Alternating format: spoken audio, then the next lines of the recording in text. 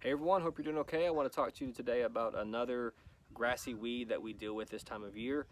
It's called Poa Annua, or annual bluegrass. I talked about rescue grass last week, but we also deal with Poa Annua this time of year. And it's really just as hard to deal with. They're both very tough weeds to deal with if you have them. I've got some here behind me. I'll post some pictures of it so you can tell the difference between this and rescue grass. You can see it's a smaller weed. It doesn't get near as big as rescue grass. The blades are much smaller. The rescue grass has a much wider blade to it, and the Poa Annua also flowers this time of year. It has these white flowers on it, so that's how you know the difference between the two.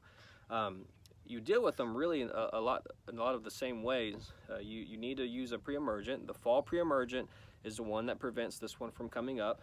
So that's one you have to get right in order to prevent it.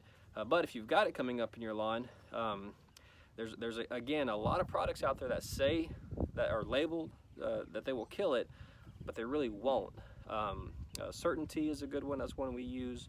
Revolver is another one. Those are going to be pretty expensive though. So those typically work pretty well, but a lot of the products out there don't. If you spray something on it or treat it with something and it doesn't kill it, don't go spraying anymore. There's no point in adding more to it or upping the rate and trying to hit it again, because it's just not going to work. These are really good examples of that herbicide resistance that I talked about several weeks ago. These weeds have built up a resistance to different products, and they just don't work very well on them anymore. So the best thing to do right now is to if it's not killing it, if the product you're using is not killing it, then just wait it out. It will go away as the temperatures rise. As you continue to mow, make sure you mow it down.